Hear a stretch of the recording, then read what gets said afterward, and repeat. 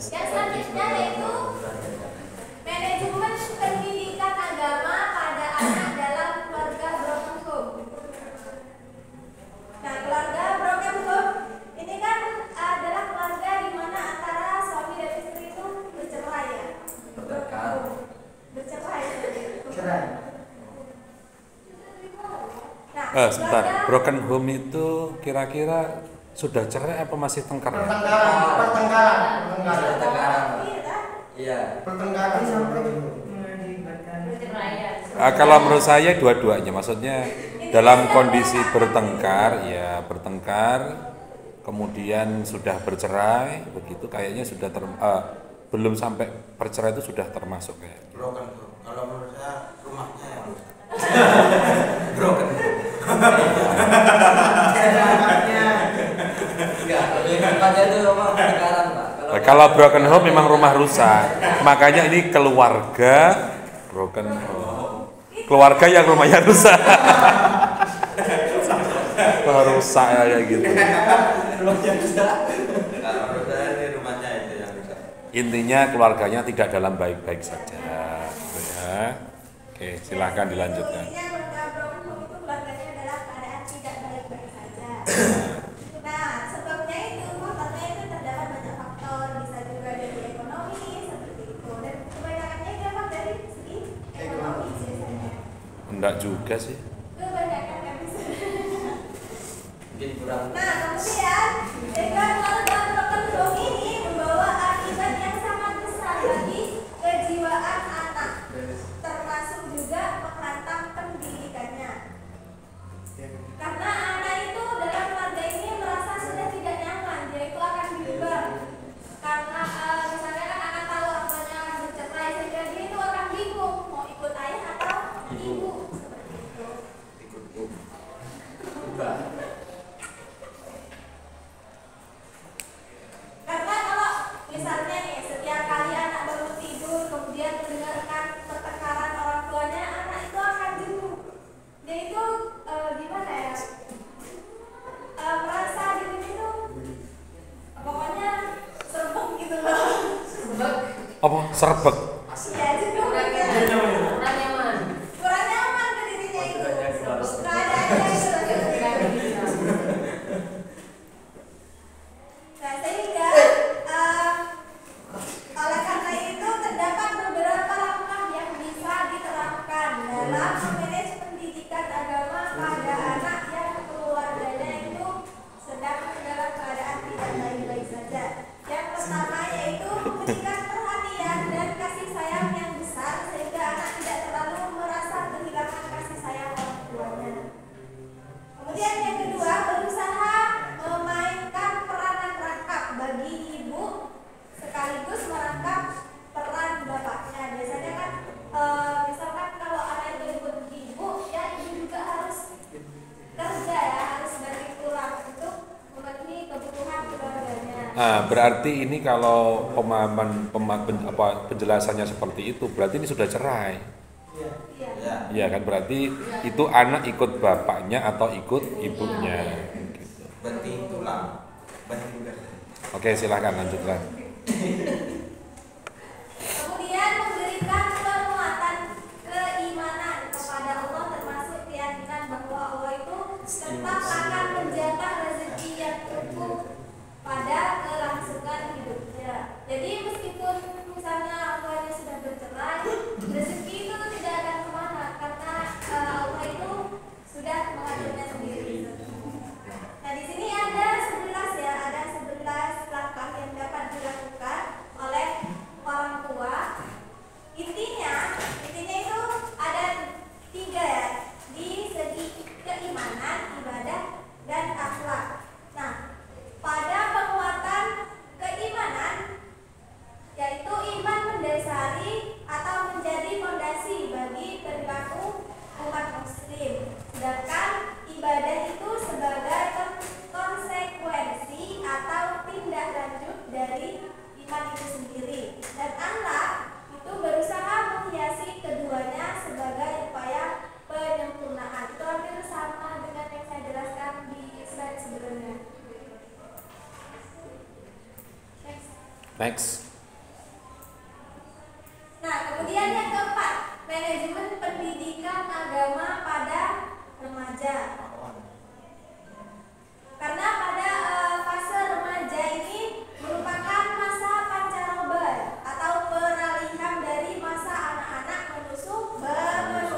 Maaf ya. Jadi peralihan dari masa anak-anak menuju masa dewasa. Nah, karena itu lazimnya masa ini merefleksikan berbagai perilaku yang perlu mendapat perhatian serius dari orang tua maupun gurunya atau pendidik. Nah, perilaku tersebut bisa terbentuk keinginan mencoba-coba terhadap suatu perbuatan, merasakan kebimbangan dalam menempuh kehidupan, berjiwa labil, mudah terpengaruh, dan lain sebagainya ya. Masih banyak. Oke. Nah, kemudian di sini pada tahun 1987-an kenakalan remaja itu menjadi wacana dan perhatian yang sangat besar di kalangan masyarakat, sehingga diadakan penyuluhan atau seminar yang berupa pengajian yang membahas cara menanggulangi kenakalan remaja itu sendiri.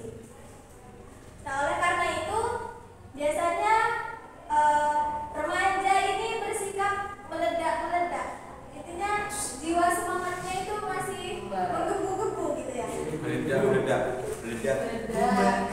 Jadi di sini tafsir itu menilai bahwa remaja itu kelebihan energi. Saking semangatnya ya. Menilai itu kelebihan energi. Bila tidak disalurkan dengan tepat, maka akan sangat berbahaya. Sebaliknya, ketika disalurkan dengan baik dan maksimal, remaja tersebut akan memiliki potensi yang dahsyat. Jadi jika diarahkan ke arah yang benar, maka itu akan masya Allah gitu loh.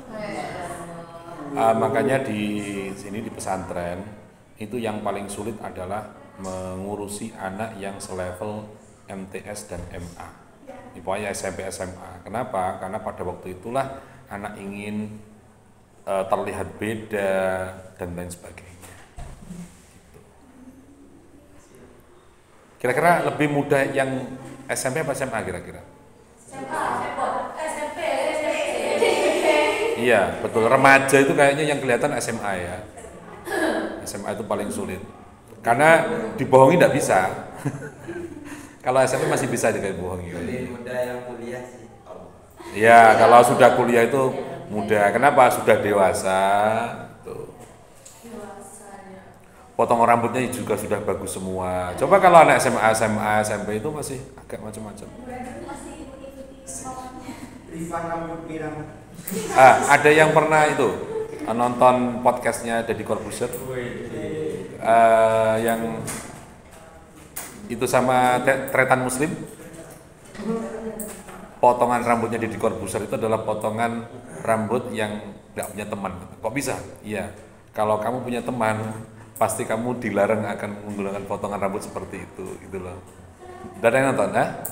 Jadi Corbuzier dulu kan rambutnya lincip itu loh. Gini kan dulu jadi pesulap itu kan bentuknya lucu aneh gitu kan, sini lincip gitu. Nah, gitu.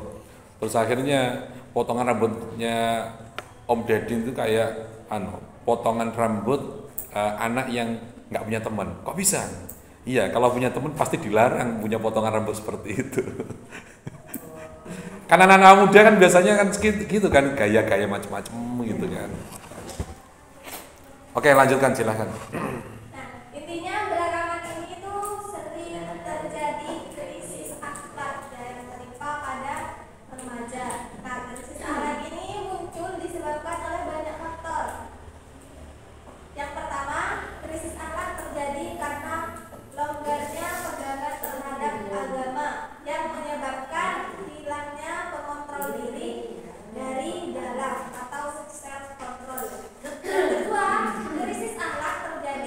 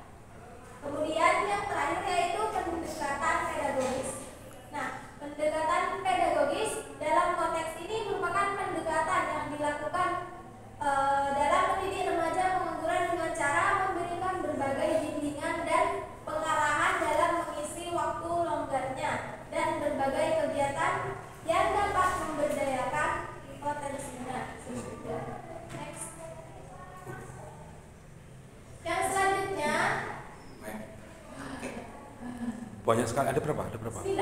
Oke. 6, 7, 8, 9. Manajemen pendidikan agama pada Agak diperlambat aja ya. Kenapa sih? Agak diperlambat. Oh, kok ada diperlambat? Nggak boleh dipercepat. Gak nuntut. Yang selanjutnya manajemen pendidikan agama pada orang dewasa.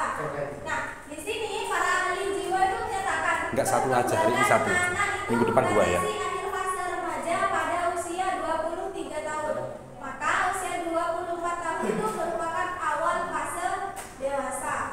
Dalam konteks Indonesia, awal fase dewasa itu masa sekitar baru saja menyelesaikan kuliah S1. Nah, itu ya, masa fase dewasa.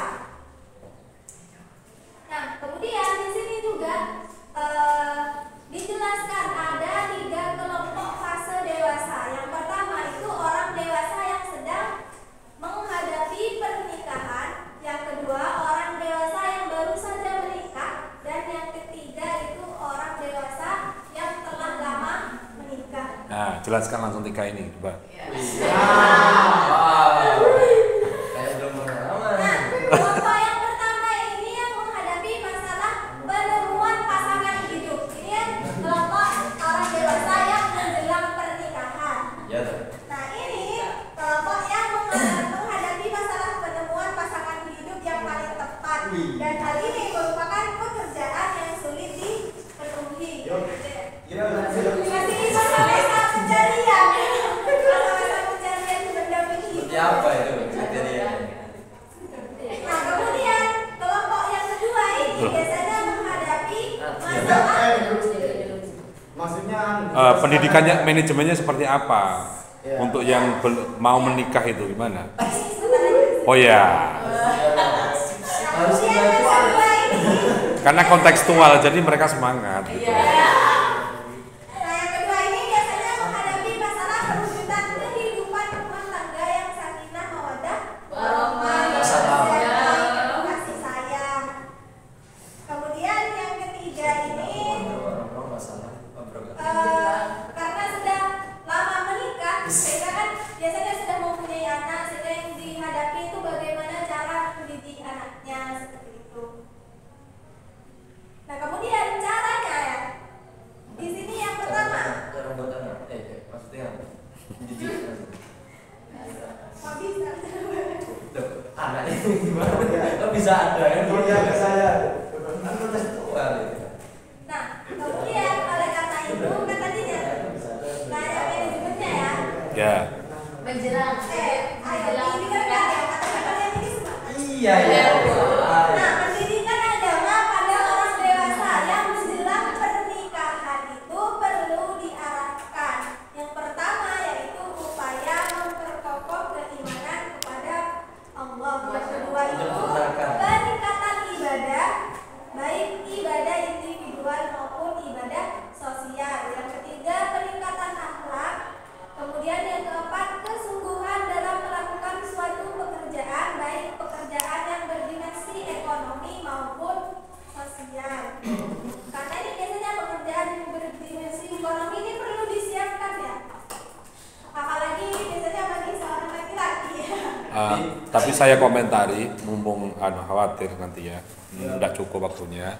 Jadi karena saya juga pernah di pesantren, ya, ini akan menjadi PR untuk yang mau menikah dari pesantren karena mesti tidak ada kesiapan tentang segi ekonomi.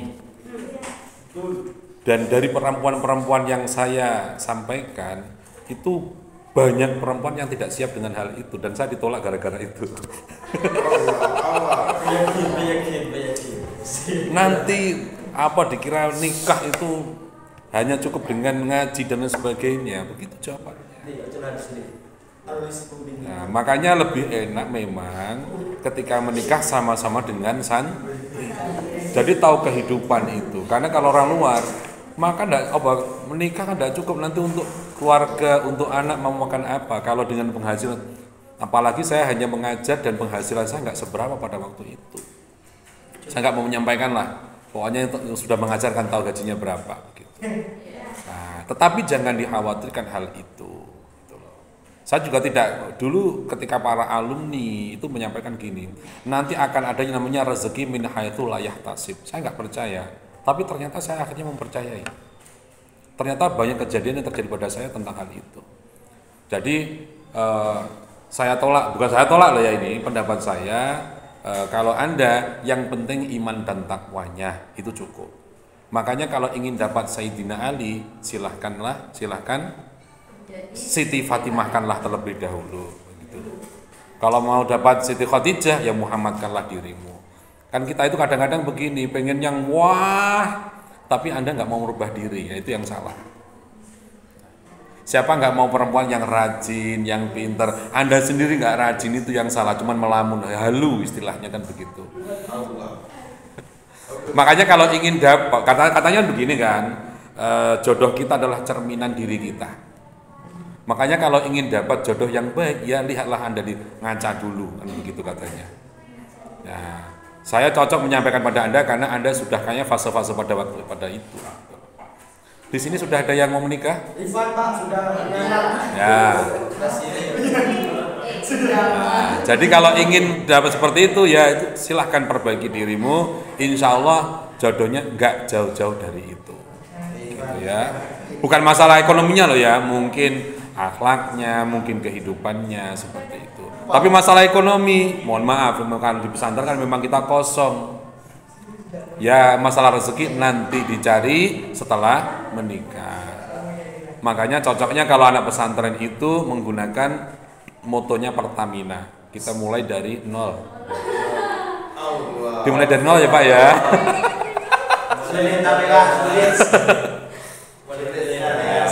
Tapi kalau dia bukan pesantren, sulit mau menerima itu, mau dimulai dari nol. Maunya apa? Yang sudah punya rumah, yang sudah punya ini, yang sudah punya ini, yang sudah punya ini. Wow. Tapi saya tambahin lagi, ini sebagai orang laki-laki ya. Tahun 2010 saya ditawar gini, ayolah sudah nikah sama ponakan saya ini. Nanti kalau sama nikah sama ini, sampai saya belikan mobil sama rumah. Saya mikir, ini nanti kan saya jadi budaknya istri saya kalau kayak gini, semuanya dari istri. Gitu loh. Kalau ada yang seperti itu, kalau bisa jangan diterima.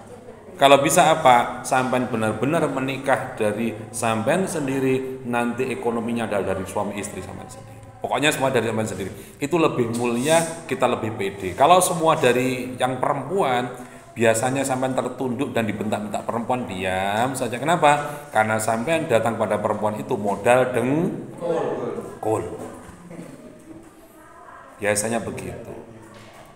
Karena ada kejadian teman saya sendiri, karena yang perempuan dari keluarga seorang kiai, ya, seorang ning, gitu ya, di tempat umum, kemudian ngasih susu ke anaknya, ning, ya mbok jangan ngasih terlalu banyak minuman kayak gini kan mahal gini. Dibentak di depan umum. Apa kamu? Ini loh bawang saya. Kenapa kamu ngomong kayak gitu? Di depan umum, langsung tertunduk.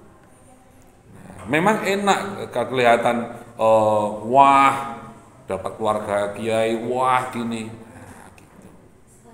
Tapi tidak semua menyenangkan. Ya cuman ini kasus loh ya, tidak saya membaca secara umum enggak. Ada yang seperti itu. Makanya lebih enak itu tadi kita mulai dari nol. Tapi itu juga enggak enak. Tapi itu bukan enggak enak, lebih enggak ada. Hanya seorang Ya kenapa? Gimana kalau sekarang kan masih dengan masih kental terhadap kultur yang ada dalam masyarakat.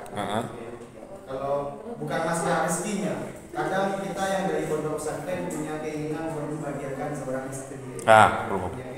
Keinginan seperti itu. Namun di situ kita berhubung ada pondok pesantren seperti pekerjaan-pekerjaan yang ada di sekitar rumah kayak gitu.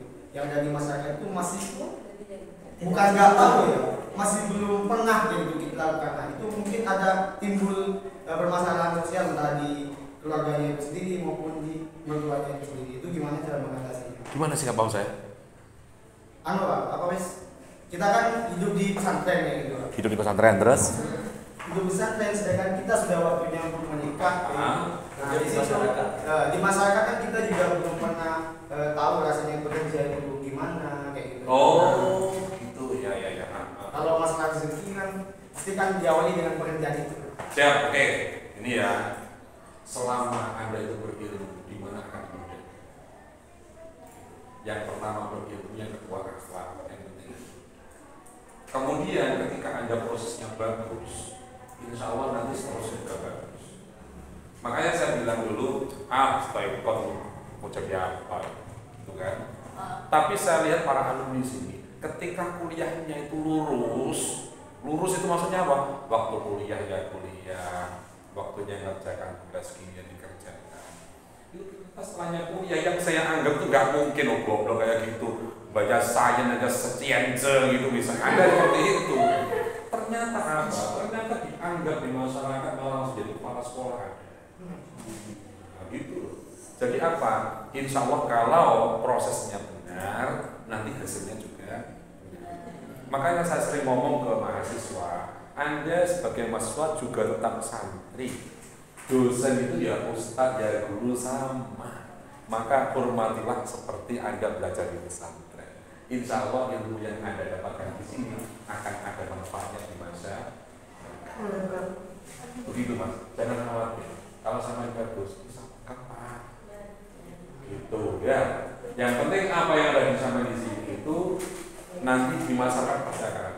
Masa pasti bisa kok diajari apa kalau di pesantren?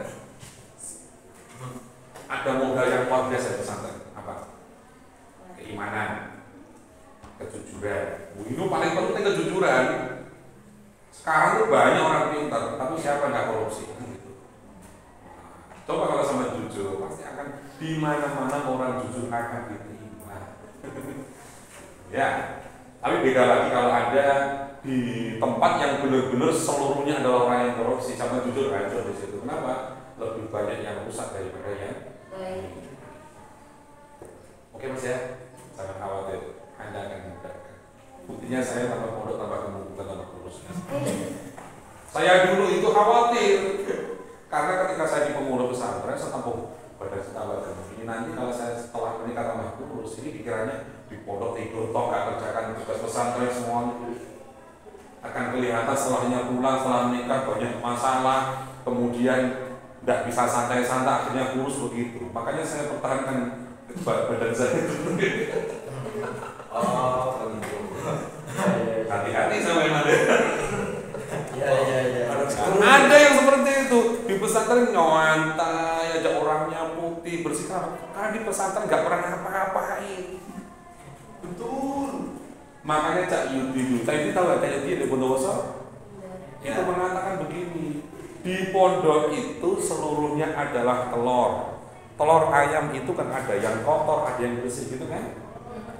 Tapi itu masih berupa telur, kita tidak tahu mana yang akan pecah nantinya, menetas yang mana. Makanya jangan sok-sokan di pesantren sebagai pengurus kemudian sok-sokan sering agak menyombongkan kepada santri. Ya hati-hati. Siapa tahu nanti ketika di masyarakat sampai jadi bawahannya. Gitu ya. Ya seperti itulah. Oke, lanjutkan, waktunya habis nanti. Yang selanjutnya, bagi orang dewasa yang baru melangsungkan pernikahan, biasanya ini akan menghadapi problem atau masalah terkait dengan pekerjaan, keharmonisan rumah tangga dan juga keturunan. Oke, cukup. Masalah itu ya, masalah di rumah tangga itu nantinya yang paling aman adalah yang dari pesantren. Kalau dari pesantren kan kita diajari ilmu agama. Pernah mengaji Ukudul Lujen. Pernah ada yang ngaji Ukudul Lujen? Nah, yang belum ngaji silahkan ngaji. Untung saya dulu pernah ngajar itu, ya. Tapi dulu nggak pede. Kenapa? Saya ngajar Ukudul Lujen tapi belum menikah. Itu aslinya kurang afdol. Jadi cuman katanya kitab ini loh ya, begitu. Nah, tapi kalau sampai mengamalkan kitab Ukudul Lujen, bukan Quratul Uyun loh ya, bukan Fathul Izar loh ya. Kalau saya nggak bahas masalah itunya. Kalau Quratul Uyun itu, kalau Ukudul Lujen itu lebih terkait dengan akhlak suami, itu kewajiban suami apa, kewajiban istri apa. Kalau sama-sama sadar dengan hal itu insya Allah gampang. Gitu ya. Ada yang belum pernah belajar, belum pernah ngaji itu? Pernah. Ya silahkan. Kalau nanti ruwet bacanya kitabnya tidak bisa beli terjemahnya juga banyak. Kalau tidak punya uang lagi, PDF-nya juga banyak di internet. Uqudul Lujen, bagus sekali. Saya dulu pernah ada yang menikah, kadonya adalah kitab Uqudul Lujen. Atau ada yang mau saya kado Uqudul Lujen nantinya? Boleh. Daripada dibelikan baju apa manfaatnya, kalau baju bisa beli, tapi kalau itu luar biasa manfaatnya sekali. Oke, lanjutkan Mbak. Pendidikan yang menikah tadi itu. Sehingga bagi orang dewasa yang baru menikah ini, pendidikan agama yang patut disajikan kepada mereka itu yang pertama, meningkatkan keimanan dan ibadah kepada Allah, dan juga membudayakan akhlak yang mulia pada siapapun. Yang kedua, meningkatkan semangat bekerja secara sungguh-sungguh dengan niat ibadah. Yang ketiga, membudayakan keterbukaan tentang hasil pekerjaan. Itu lagi ya. Itu ya. Itu nanti sampai kalau sudah menikah, maka harus ada keterbukaan.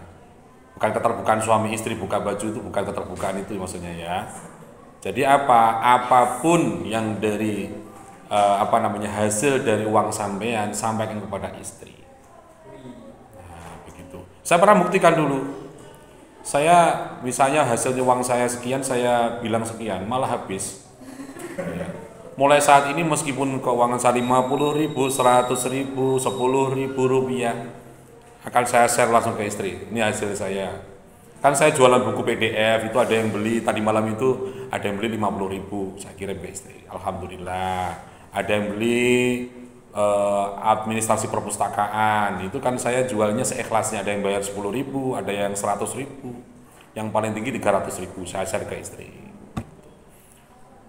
Dan saya termasuk laki-laki yang nggak megang uang sama sekali, yang megang istri saya.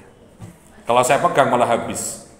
Dan saya juga pernah ketika menikah itu ya saya catat, beli ini 10.000, ini 10.000, ini 20.000, nggak cukup untuk 1 bulan.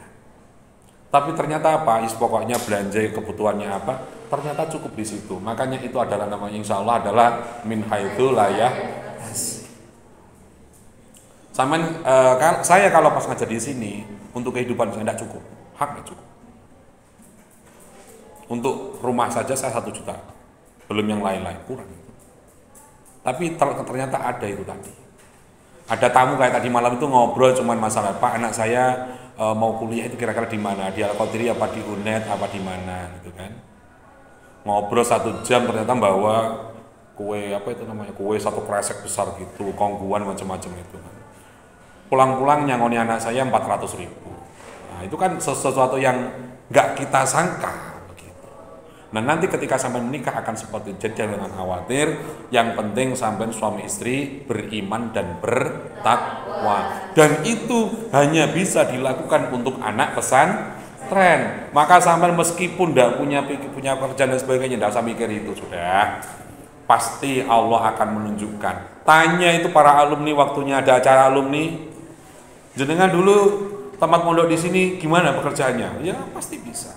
Asalkan itu tadi ada niatan untuk bekerja. Kemudian kalau saran saya, kalau bisa jangan ikut orang tua. Kalau saya sebenarnya kalau suruh milih pengen ikut orang tua, cuman karena dulu sama-sama jauh ya terpaksa nggak ikut. Istri saya ninggalkan keluarga, saya ninggalkan keluarga, akhirnya kosong, bener-bener nol, nggak punya apa-apa. Tapi ternyata bagusnya gini, kita bisa mandiri. Kalau sampai misalnya ikut mertua atau istri sampai ikut orang tuanya sampean, itu mesti apa? Ada rasa malas. Kenapa? Masih ada orang tua. Beras masih ada di orang tua. Tapi pernah suatu dulu ketika baru menikah itu saya mengatakan gini, Mas, uang tinggal 15.000 belum punya beras. Besok makan apa? Kalau saya ikut mertua atau saya ikut orang tua saya, gampang besok minta orang tua kan gitu.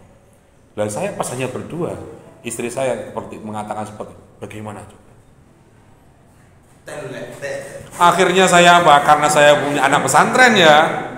Akhirnya istri saya bilang gitu, saya langsung qobliyah ba'diyah salam kapi, zuhur, jamaah, asal jamaah. Tak tunggu sampai setelah subuh kok nggak ada rezeki. Langsung Jam 6 pagi langsung ada pengumuman di masjid, innalillahi wa inna ilaihi rajiun. Langsung orang 3 meninggal. Makan gratis. Saya kan kalau ngimami atau baca yasin atau tahlil itu setiap malam dapat nasi. Alhamdulillah makan seminggu aman ini. Boleh. Akhirnya dapat itu, saya nak masukkan Magicom itu selama seminggu cuman makan dari Magicom itu. Kenapa mau beli tidak ada uang sudah. Setelah 1 minggu saya dapat sudah ada uang uang bulanan turun, kok nggak ada yang mati lagi ini sudah. Ya itu termasuk menurut saya adalah min haitsu la yahtasib. Ternyata apa? Meninggalnya tetangga itu juga termasuk rezeki untuk kita. Oke, gitu Mbak ya. Silakan dilanjut Mbak. Lanjut ya, yang ketiga yaitu orang dewasa yang telah lama menikah Nikah, ya. dan telah memiliki anak. Maka konsentrasinya ini akan terpusatkan pada problem pembentukan anaknya akan menjadi anak yang soleh. Juga untuk mencarikan pekerjaan ketika anaknya itu belum mendapatkan pekerjaan dan mencarikan jodoh ketika anaknya belum mendapatkan jodoh tersebut. Itu yang dihadapi orang dewasa yang sudah lama menikah. Nah itu ya, PR-nya orang tua sampean adalah nanti gini, kalau perempuan apalagi sudah tamat kuliah nanti mikirnya gini, Nduk kapan kamu nikah, Nduk ini ndak enak sama tetangga, mesti gitu. Mesti gitu. Jadi PR-nya orang tua itu tadi kan sudah lama menikah, kemudian anaknya belum menikah, nanti nikah sama siapa, nggak laku-laku katanya perawan tua, atau misalnya, itu anaknya itu laki-laki nggak laku, paling malas-malasan kerja. Jadi PR-nya itu nggak selesai. Nanti setelahnya itu nanti sudah anaknya menikah, PR-nya lagi adalah kapan punya cucu lewo.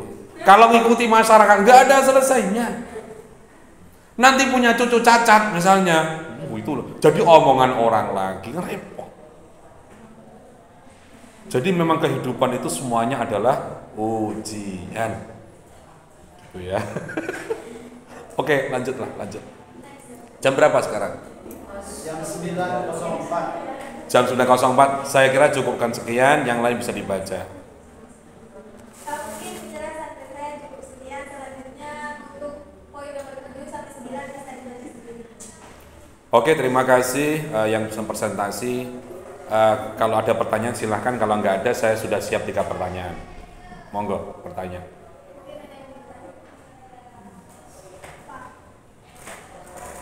yang melihat pembahasan yang pertama bahwasanya keluarga adalah tempat kita dididik pertama ya, mendidik kita pertama kali. Lantas bagaimana dengan keluarga yang baik ya? Setelah anaknya kiai, kenapa kok masih dipondokkan? Kan sudah bagus itu, punya pendidikan sendiri, kenapa kok harus pondok lain? Kenapa tidak dididik sendiri saja? Yang sudah pendidikan pertama itu adalah pendidikan yang baik. Oke, langsung jawab atau pertanyaan selanjutnya? Jawab dulu dah. Oke, satu-satu. Terima kasih. Mas, tolong catat Mas di grup Mas ya, yang bertanya beliau. Catat. Nah, jadi di sini kan saya menjelaskan bahwa keluarga itu merupakan pendidikan pertama ya, pendidikan pertama bagi anaknya. Maksudnya di sini seperti ini, anak kan itu kan dari kecil, kemudian tumbuh remaja, dewasa, dan seperti itu. Kan dari kecil itu pastinya akan dididik oleh keluarganya sendiri, seperti itu. Karena akan dididik oleh orang tuanya sendiri ketika pada masa waktu kecil. Nah, baru setelah remaja ataupun setelah remaja, kenapa orang tuanya kok masih mengirimkan pondok anaknya seperti itu? Nah, berarti orang tuanya itu mau yang lebih baik terhadap pendidikan anaknya, karena biasanya misalkan anaknya itu ada di pondoknya itu sendiri, anak itu akan jadi gimana? Iya, semaunya gitu loh, semaunya. Tapi itu memang tergantung anaknya, tapi kebanyakan seperti itu ya, kebanyakan seperti itu. Jadi yang dimaksud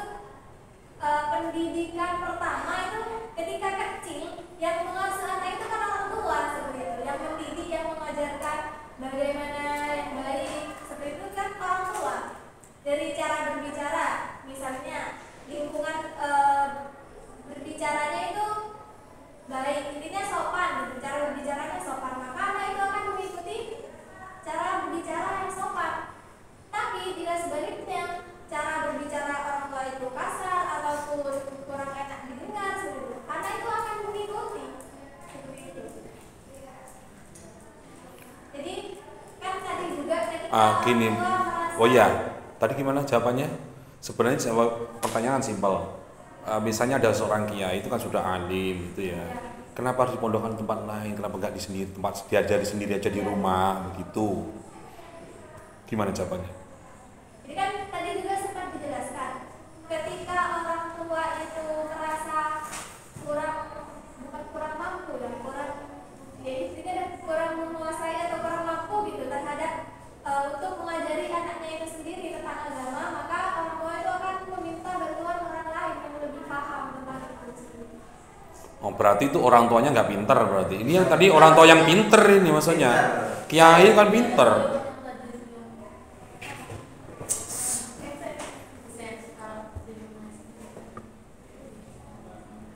Iya, ya itu tadi juga Ah, ah. kan tadi sudah saya jelaskan, misalnya itu kan kebanyakan ya kalau kita mondok di rumahnya sendiri, pondoknya sendiri, itu kan kebanyakan semaunya sendiri. Gitu. Semaunya sendiri. Oke. Tidak mau diatur, karena kan dia merasa ini loh pondoknya orang tua saja. Kebanyakan seperti Bagaimana Mas? Lantas bagaimana ketika dipondokkan? apanya? Anaknya ketika dianggaplah dimondokkan, anggaplah di tempat lain. Ketika pulang itu lebih buruk bagaimana? Lebih apa juga pulang lebih dulu. Iya. Andai kan misalnya di pondokkan tempat lain ternyata hasilnya nggak lebih baik, lebih buruk. Lebih buruk. Malah tambah seenaknya karena sudah didikan dari rumah gitu emang. Maksudnya kan iya anaknya kiai dimondokkan di tempat lain. Maksudnya gini, di rumah kan nyantai-nyantai, tidak pernah Iya. ngaji kan tempat sendiri. Iya. Ternyata di pondok lain juga seperti itu hasil. Malah lebih nyantai bagaimana? Berarti itu emang anaknya ya. Jadi begini, oke saya tambahin ya. Saya dulu tahun 2004 itu pernah jadi guru tugas bahasa Inggris di Ngawi, di Pondok Ma'rifatul Ulum Ngawi. Saya nggak tahu kalau itu gusnya. Jadi anak ada dijemur mulai jam 7 sampai jam 9.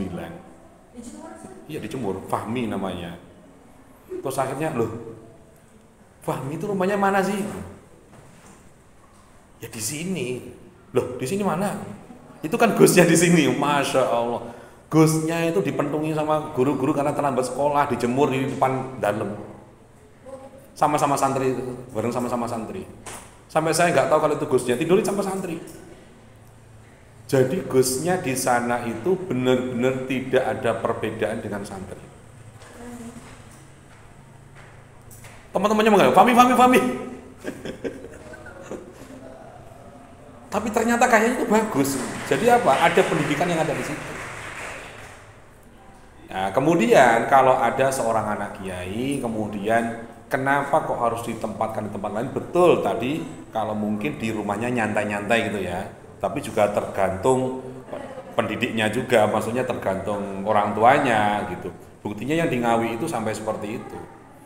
Gitu. Kemudian kenapa harus dipondokkan tempat lain? Karena di rumah nyantai-nyantai. Nah di tempat lain kan juga belum tentu nyantai, belum tentu nggak nyantai gitu ya. Ya tetap kembali kepada anaknya dan orang tuanya. Makanya lebih aman sebenarnya, misalnya sampai jadi kiai ya, jadi kiai besar misalnya. Kemudian sampai mau mondokkan anaknya misalnya di pelosok atau di mana itu namanya Gontor misalnya. Sampai jangan kesana bawa atribut kiai. Kalau perlu yang antarkan hadamnya aja, jangan pernah ngaku bahwa sampai anak saya. Jadi apa? Anaknya sampean akan diperlakukan seperti santri biasa. Misalnya nanya Pak Jokowi ya, cucunya Pak Jokowi siapa namanya? John Etes itu ya. Oh, itu kan sekolah itu kan gurunya sudah duduk duluan itu. Datang yang ngantar berapa mobil itu ketika sekolah kemarin itu. Apa mungkin John Etes mau dipentungi sama gurunya? Jangan gitu. Nggak enak sudah. Makanya luar biasa yang inspirasi saya adalah Profesor Mahfud MD. Anaknya itu biasa, kemudian bahkan sampai dosennya apa? Sering ngasih susu ke anaknya Mahfud MD. Kenapa? Katanya kurang gizi.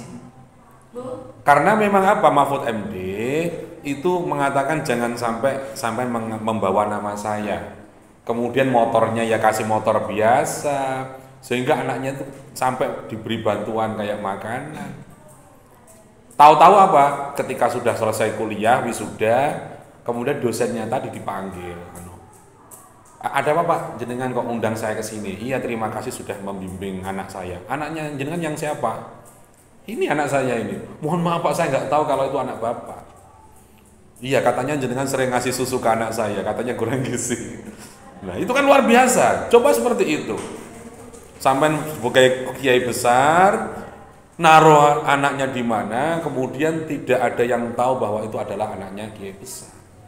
Insya Allah akan jadi orang. Kenapa? Akan dididik seperti santri biasa. Kalau nanti tahu bahwa ini anaknya seorang tokoh, udah enak sendiri. Mau dipukul gak enak sama orang tuanya. Kalau dipukul nanti hubungan antar pesantren dah enak, kan begitu. Oke Mas? Ya, saya doakan semoga punya pesantren besar semuanya. Begitu ya, begitu Mas ya. Oke, pertanyaan selanjutnya silahkan. Yang tentang broken home. Ya, broken home, monggo. Kalau jam waktunya habis bilang ya, 9:30 ya.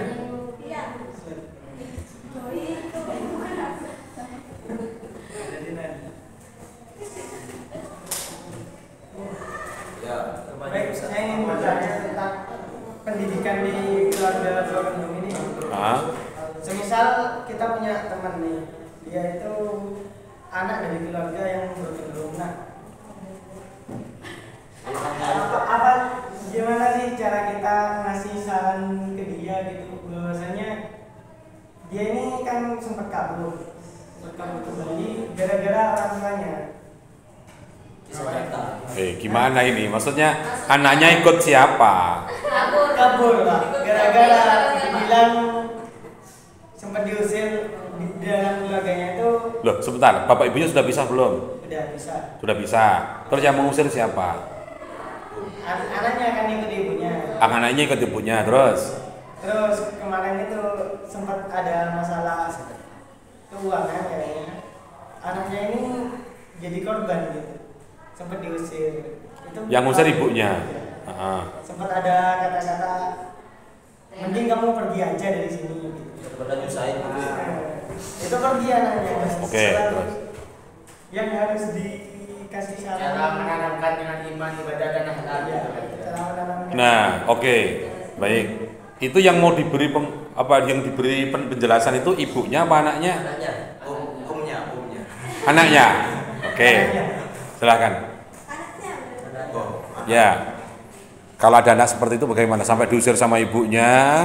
Ya, seharusnya yang dikasih begitu ibunya, yang ngusir kan ibunya. Kan anaknya diusir. Dijawab beliau, jangan sampean. Gimana sih? Monggo. Catat Mas, pertanyaan Mas. Ya, gimana? Monggo. Sebenarnya sikap ibu yang seperti itu salah karena memang gimana ya, keadaannya keluarganya sudah broken home gitu. Ditambah masih bersikap seperti itu kepada anaknya, ya emang akan berdampak negatif banget gitu loh kepada anaknya. Seharusnya itu ibunya itu tidak seperti itu. Seharusnya dia itu tidak membiarkan anaknya sendiri, tidak membiarkan tingkah laku anaknya yang seenaknya itu. Jika dibiarkan seperti itu, maka dia akan berdampak negatif kepada anaknya. Siapa yang mengingatkan kalau seperti itu? Misalnya kan sudah kabur gitu. Ustaz, ya Ustaz. Kabur kan ya? Intinya dia akan sendiri. Dia tidak ada keluarga yang menemani. Kan sendiri itu ya, kabur sendiri ya mereka. Nah, jadi siapa yang mengingatkan kepada anak itu gitu loh? Kan dia secara dia itu sendiri, kecuali dia di sana itu bertemu dengan teman yang memang baik ya. Intinya paham agama kayak gitu.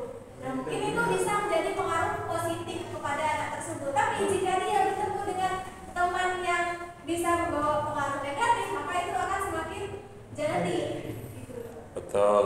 Jadi lingkungan sangat mendukung, sangat berpengaruh. Kemudian kita juga tidak bisa menyalahkan anak itu 100%, tidak bisa. Kenapa? Karena pendidikan dari orang tuanya seperti apa dulu kok bisa seperti itu, gitu kan ya. Tapi saya punya kisah, dan ini kisah nyata ya. Dulu ada anak namanya siapa ya? Karena mulai tadi saya rekam ini, jadi khawatir. Sebut saja Mawar gitu ya. Itu bapaknya nggak jelas, jadi nggak punya bapak sejak kecil, kemudian diasuh ibunya. Biasanya anak kalau sudah broken home itu biasanya nakal, tapi nggak semua ya. Dan salah satunya yang saya ceritakan ini, Mawar ini ternyata nggak nakal.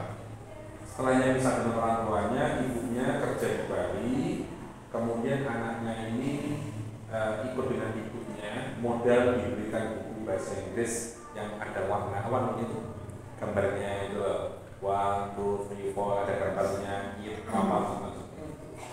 1 tahun 2 tahun kemudian dititipkan di mbahnya. Nah, kemudian sampai dia disekolahkan di Jember, sampai sekolah di SMA 2. Ternyata dia bagus, cara ngomongnya bagus, kemudian apa nih? Bukan, maksudnya akhlaknya bagus juga. Kemudian dia debater, dia sering mengalahkan anak alkohol itu. Tapi dia mengalahkannya bukan dengan cara bentak, enggak, dengan cara kalem, tapi dia mengalahkan. Oh, pasti nanti. Nah, sorry. kalau nggak nanti nggak saya ceritakan. Nah, kemudian sampai akhirnya dia mendapatkan beasiswa kedokteran di UNED gratis. Ya boleh. Nah, hikmahnya begini, ternyata apa? Anak yang broken home belum tentu cuman itu tadi ketepatan, mungkin mbahnya itulah yang baik, imannya kuat, sehingga ada pendidikan Islam yang baik. Makanya kalau di Al-Quran sudah diajarkan di kelas berapa yang kitab Akhlakul Bani, Akhlakul Banas, ya, yang kitabnya agak ruwet, tulisannya kecil-kecil, gimana susah. Saya juga dulu pernah belajar itu. Nah, itu kan di awal itu ada anak itu ibaratnya adalah pohon yang masih muda, yang masih bisa dibentuk, mau dibentuk apa. Makanya kalau anak kecil, saya paling nggak suka kalau ada orang tua, biarkan dulu, dia masih muda aja. Justru masih muda inilah kita ingatkan, kalau memang salah kita marahi, agar apa? Ini nggak sampai kebesaran nanti. Makanya kemarin saya sampai buat TikTok itu ya, saya stick apa namanya itu, saya tandai apa? Ada orang waktu sholat Jumat, sholat Idul Fitri, sholat Jumat kayaknya, sudah tua waktunya sholat, sudah gini amin, berdua ngobrol ini. Itu kan aneh, sudah tua, kemudian waktunya sholat sudah begini masih ngobrol sama orang. Kira-kira sholatnya batal apa enggak? Batal. Kenapa kok bisa sudah tua melakukan seperti itu? Karena ketika kecil mungkin orang tuanya mengatakan, biar anak kecil di masjid ngobrol soal apa-apa. Kalau saya paling nggak suka kalau ada anak kecil di masjid, mumpung masih kecil. Lah kalau sudah punya anak, sudah dewasa, saya tak cukup menantang saya gitu. Makanya jangan kayak ada anak pondok anak ya. Kalau ada anak ingatkan, itu salah, jangan bilang salah. Jangan dibiarkan. Masih kecil enggak apa-apa loh. Dan saya yakinnya anak yang kuliahnya sering terlambat di sini, itu mungkin dibiarkan biasa, masih kecil terlambat sekolah enggak apa-apa. Sampai kuliah enggak sembuh. Bahkan waktunya presentasi enggak masuk. Allah. Ya Allah.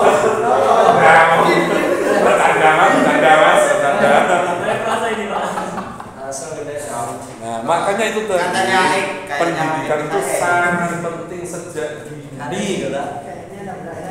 Ya, yang punya anak nanti jangan mumpung masih kecil, jangan. Justru masih kecil itulah biasakan. Gak usah dibilang tentang Allah gitu, bahaya. Pokoknya ngerti Allah itu satu. Siapa Tuhannya? Allah ada berapa? Satu. Nabinya siapa? Muhammad. Penting. Masih kecil tidak apa-apa, biar aja. Bahaya, nanti ketika sudah dewasa dia akan pindah agama itu. Tapi kalau sudah Allah itu satu, agama saya Islam, agama Muhammad, susah mau masuk Kristen. Kenapa? Sudah merasuk dalam hati. Saya suruh pindah Muhammadiyah, berat. Kenapa? Dari JN. Tapi bagi yang Muhammadiyah pindahnya juga berat. Oke, gitu ya. Oke, lanjut. Pertanyaan berikutnya. Silakan. Yang dari perempuan monggo. Sudah dari laki-laki barusan. Jam berapa? Oh, karena 8 menit. Oke, masih ada waktu, silakan.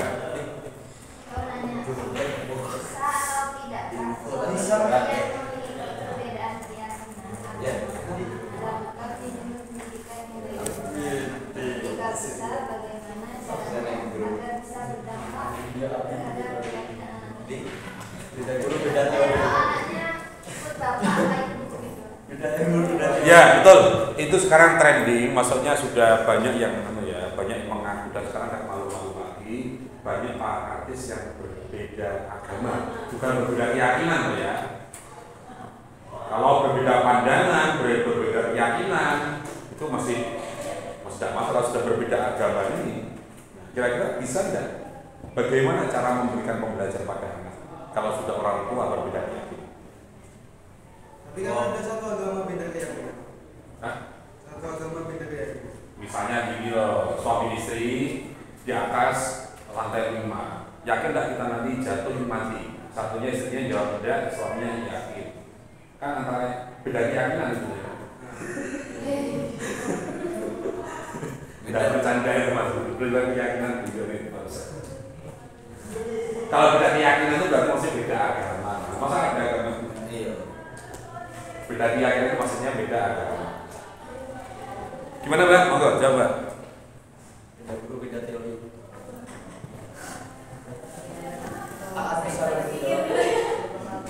Baik, waktunya habis. Oke. Saya jawab langsung ya.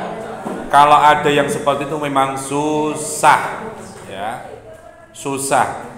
Ada artis namanya Lydia Kandou sama suaminya saya lupa. Saya tahu cuman istrinya toh. Ada siapa toh? Yang suaminya berjenggot siapa namanya?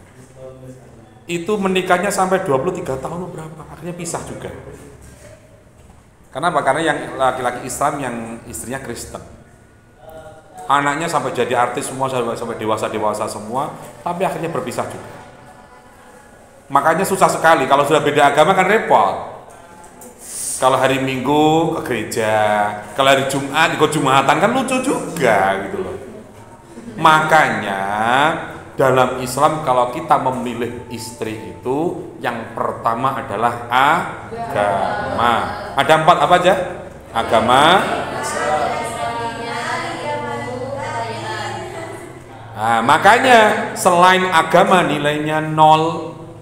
Kalau cantiknya dulu berarti dimulai dari 0. Makanya nanti kalau ada 4 itu agama taruh yang paling terakhir berarti 0, 0, 0, 1. Berarti hanya dapat 1. Maksudnya agama kan paling terakhir. Berarti hanya dapat nilai 1. Tapi kalau sampean memulai itu dengan agama berarti dimulai dari 1, sisanya 0. 0-nya tambah 1 aja sudah 10. Apalagi 0-nya 3 dapat 1000. Nah, begitu. Itu menurut Al-Khawarizmi. Al-Khawarizmi mengatakan dalam mencari istri yang poinnya adalah agama nilainya 1, cantik dan lain sebagainya nilainya 0.